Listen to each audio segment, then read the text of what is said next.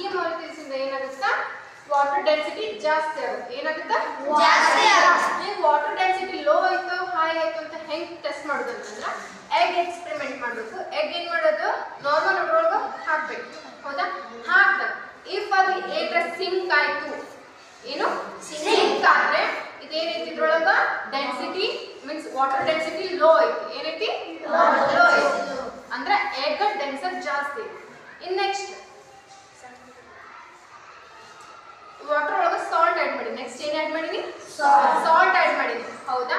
Salt add ಮಾಡಿದಾಗ ಇಲ್ಲಿ ಏನ್ ಮಾಡಿನಿ 2:1 ರೇಷಿಯೋ ಅಂದ್ರೆ 2:1 ರೇಷಿಯೋ ಆಡ್ ಮಾಡಿದಾಗ ಇಲ್ಲಿ ಏನಾಗೈತಿ ಸಾಲ್ಟ್ ಮೀಡಿಯಂ ಲೆವೆಲ್ ಆಗೈತಿ. ಏನೈತಿ ಸಾಲ್ಟ್ ಮೀಡಿಯಂ. ಸೊ ಇಲ್ಲಿ ಹೈಲಿ ಫ್ಲೋಟ್ ಹೋಗಕತ್ತಿಲ್ಲ, ಸಿಂಕ್ ಹೋಗಕತ್ತಿಲ್ಲ, ಮಿಡಲ್ ಐತ ಎಗ್. ಹೌದಾ?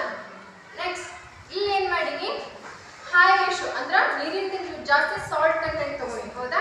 ಅದ್ರ ಸಂಬಂಧ ಇಲ್ಲಿ ಏನಾಗೈತಿ ಎಗ್ ಫ್ಲೋಟ್ ಆಗಕತ್ತೈತಿ. ಏನಾಗಕತ್ತೈತಿ ಫ್ಲೋಟ್ ಆಗತೈತಿ. ಡೆನ್ಸಿಟಿ ಡೆನ್ಸಿಟಿ ನೀರೊಳಗೆ ಎಷ್ಟು ಇರುತ್ತೆ ಮತ್ತೆ ಸಿ ವಾಟರ್ ಒಳಗೆ ಎದಕ್ಕೆ ಯಾವುದೇ ಥಿಂಗ್ಸ್ ನೀವು ಹಾಕಿದ್ರೋದು ಎದಕ್ಕೆ ಫ್ಲೋಟ್ ಆಗುತ್ತಲ್ಲ ಅರ್ಥ ಆಯ್ತು. ಯಾಕಂತಂದ್ರೆ ಸಿ